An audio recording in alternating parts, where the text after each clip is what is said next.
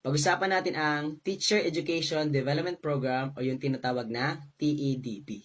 Pag sinabing TEDP, tandaan mo lang dito, journey. Pag-uusapan natin dito yung paglalakbay ng mga teachers bago magturo, habang nagtuturo, at pagkatapos magturo. Ano po? Pag tinanong ilang stages, 8 stages ang Teacher Education Development Program. First stage, magsisimula ang paglalakbay ng mga teachers sa HEI or TEI. Ano yung HEI? Higher Education Institution. Ano yung TEI?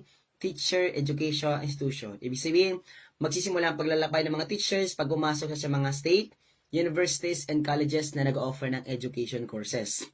Kung saan kang galing na eskwelahan, sa college mo, HEI, TI yan. Kasi mayroong kursong education. Ano po? So, that's the first level. Pag nakapasok ka na sa first year, second year, third year, may mga kukunin ka dyan ng mga subjects. Ano? Mga PED 1, PED 2, PED 3, mga prof ed subjects and major subjects. Ano? Pag natapos mo na lahat ng mga academic subjects mo, ang sunod dyan, second level, yung tinatawag natin na pre-service teaching o yung tinatawag na internship. Ano? Kadalasan, ginagawa ito sa fourth year. O dahil tapos ka na sa lahat ng mga subjects mo, ang sunod dyan, pre-service teaching internship. So, magtuturo ka na talaga. Ang tawag sa'yo ay pre-service teacher or intern teacher. Ano ba? Okay, pagtapos ka na sa first stage and second stage, so, tapos mo na yung academic subjects mo, tapos may pre-service teaching ka na, so ang sunod dyan, graduation. Ano po? O, pag graduate ka na, meron ka ng TUR, ang sunod dyan, number 3, third level is the LET. Ano po? Or the Licensure Examination for Teachers. Ano yung batas? RA 7836 o yung Philippine Teachers Professionalization Act of 1994. O kapag tinanong bakit natin kailangan mag-LET, mag-exam, simple lang, quality education. Question, gusto ba ng gobyerno na quality education sa Pilipinas? Yes, di ba po? O paano natin masabing quality education? O isa sa mga indicator para masabing quality education ay dapat qualified ang mga teachers. O paano masabing qualified o magaling? Paano masabing magaling? May eligibility, may license. Napatunayan yung sarili niya magaling siya kasi pumasa na siya sa board exam. Ano po? So, kailangan natin mag-LET, it's because of quality education. Pero question, pag pumasa ka sa board exam, LPT ka na ba? Licensed Professional Teacher ka na ba? Hindi pa. Ano? Pag pumasa ka sa LET, ang tawag sa'yo passer. Ano? Pag nag-top ka sa LET, ang tawag sa'yo top-notcher. Pero LPT ka na ba? Hindi pa. O, kailan naging LPT ang LPT? Ang sagot ay fourth stage, oath-taking. O, tandaan mo ha, ang pang-apat na stage, oath-taking. Doon ka lang po magiging LPT kapag nag-oath ka na. Ano po?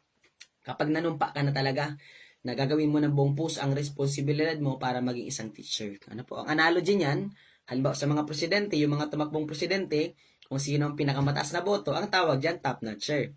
Pero hindi pa siya presidente.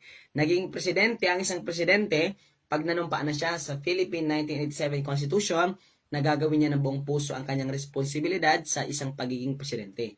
O ganun din po ng mga teachers. Nagiging tayong LPT kapag nanumpa na tayo. Ano po? Nagagawin natin din ng buong puso ang responsibilidad natin bilang mga teachers. Ano? Kaya importante po, nakalagay din yan na walang sino man nabibigyan ng lisensya hindi nag-undergo ng oath-taking. No, that's the first stage, oath-taking. Ano? Pero kapag tinanong anong tawag sa unang apat na stage, ang tawag doon ay pre-service teaching. Ano? Ibig sabihin, yung apat na stage, hindi ka pa dito nagtuturo. Kaya nga, pre-preparation sa serbisyo ng magtuturo. Ano po? That is the pre-service teaching. Pero the next 4 stage, ang tawag naman ay in-service teaching. O basta namin in-service, dito ka na nagtuturo. O after ng oath-taking, o bibigyan ka na ng lisensya. O dahil may lisensya ka na, dito na mapasok ang 5th stage, yung tinatawag natin na trifocalization. O may pag sinabing trifocalization, tatlo. O may tatlong ahensya na pwede kang turuan. Pwede kang dito magtrabaho. Ano yung tatlo? DepEd, CHED, and TESDA. Ang 5th level pala, 5th stage ng Teacher Education Development Program ay trifocalization. Tatlong ahensya na pwede mong turuan. Ano yun? DepEd, CHED, and TESDA. 6th stage ng Teacher Education Development Program ay mass induction. O pag sinabing mass induction, mass, marami.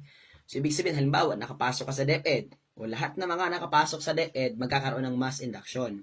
Ang mass induction, seminar yan. Ano po? So, pag sinabing mass induction, lahat ng mga dapat mong malaman bago magturo, ipapaliwanag sa mass induction. O sa seminar, papaliwanag sa'yo sino ang mga respected officials ng DepEd. Sasabihin sa'yo ano yung mga job description mo, ano yung mga trabaho mo. Sasabihin din sa'yo yung mga karapatan mo, yung mga Magna Carta for public school teachers. Sasabihin din sa'yo, papaliwanag din sa'yo yung mga code of ethics for professional teachers. In general, ang mass induction, parang orientation seminar siya na lahat ng dapat mong malaman bago magturo, ipapaliwanag sa'yo sa mass induction. Pero kapag tinanong, what is considered the longest in the teacher education development program, ang sagot natin ay in-service teaching. O pag sinabing in-service teaching, o parang the word in-service, o nasa loob ka na ng serbisyo. Ano po? That is the 7th level ng teacher education development program. O pag sinabing in-service, ito yung pumasok ka sa serbisyo na teacher 1, as a beginning teacher, o diyan ka na-promote teacher 2, na-promote ka teacher 3, doon ka araw-araw nagtuturo sa mga bata, nag-lesson plan ka, nagsiseminars ka, o nagpag-graduate ka ng mga estudyante mo, o basta lahat ng gagawin mo sa pagtuturo mo, di ba, during your duration, that is the in-service teaching. That's the longest in the teacher education development program. In the last level ng teacher education development program, 8th stage, walang iba kundi ang retirement. O pag sinabi retirement, magtatapos ang journey sa pagretiro ng mga teachers. Ano po? O kapag tinanong, what is considered the retirement age for teachers? Ang sagot ay 60. Pero kapag tinanong, what is considered the mandatory retirement age for teachers? Ang sagot ay 65. O magkaiba yun ha. Pag retirement age, 60. Pag mandatory, 65. Bakit? Kapag 60, optional. Pwede mag-retire na or pwede hindi pa. Pwede mag-retire, may pension na.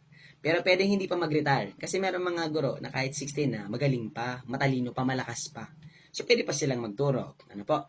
O, pero kapag 65 ka na, mandatory, compulsory. So, kahit malakas ka pa, matalino ka pa, o kailangan mo na mag-retire. Kasi ang sabi ng batas, mandatory retirement age for teachers, ang sagot ay 65. O, yan po yung 8 stages ng Teacher Education Development Program. TEDP, yung journey ng mga teachers. Ano? So, ulitin ko lang, recap ko lang yung mga sinabi ko. So, yung journey, TEDP, magsisimula sa HEI or TI. Pag pumasok ka sa mga state universities and colleges na nag-offer ng education courses. Pag nakapasok ka na, may mga kunin kang mga subjects. Pagtapos mo na lahat ng mga academic subjects mo, dito na mapasok ang second stage, walang iba kundi ang pre-service teaching. Pag sinabi nating pre-service teaching, ito yung naging pre-service teacher ka. Ano, kadalasang ginagawa yan kapag 4th year ka na. Ano po? So, ito yung mag-pre-service teaching ka, magtuturo ka talaga sa mga bata. Natapos mo na yung first stage and second stage, ang sunod ay graduation. At kapag graduate ka na, ang sunod dyan ay third stage LET, Licensure Examination for Teachers. Bakit kailangan pa mag-LET? Quality Education. Para magtuturo sa mga bata, yung mga magagaling. Ano po? So, next one, kapag pasado ka na sa board exam, fourth stage, ang gagawin mo ay oath-taking. O magsusumpa ka talaga.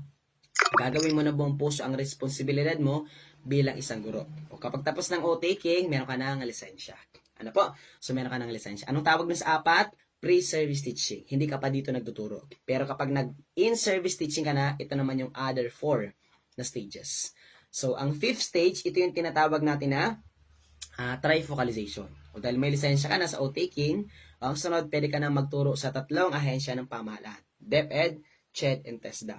Ang sunod dyan, 6th stage, mass induction. Orientation seminar, ipapaliwanag sa'yo lahat ng mga dapat mong malaman bago ka magturo. Ano po? Pero kapag tinanong, what is considered the longest in the Teacher Education Development Program, ang sagot natin ay in-service teaching. O parang the word in-service, o nasa serbisyo ka na. Pumasok ang teacher 1, naging teacher 2, teacher 3 na promote ka, nagpag-graduate ka ng mga estudyante mo, so yun ang pinakamahaba in-service teaching. At ang pinaka-last ng journey ay retirement. Ano? Retirement age for teachers. Ano yung retirement age for teachers? 60. Ano yung mandatory? 65. Ano? So that is the Teacher Education Development Program ng mga teachers. Ano ba? Yun lang muna ang pag-uusapan natin in today's video. Sana natuto ka. So, paki-like naman ang video ko, nag-abot ka sa parting ito, and then paki-comment naman kung taga saan ka. Kung baguhan ka sa page ko para alam ko kung saan ang na-reach ng video ito. Yun lang. Thank you very much everyone, and God bless. Bye-bye.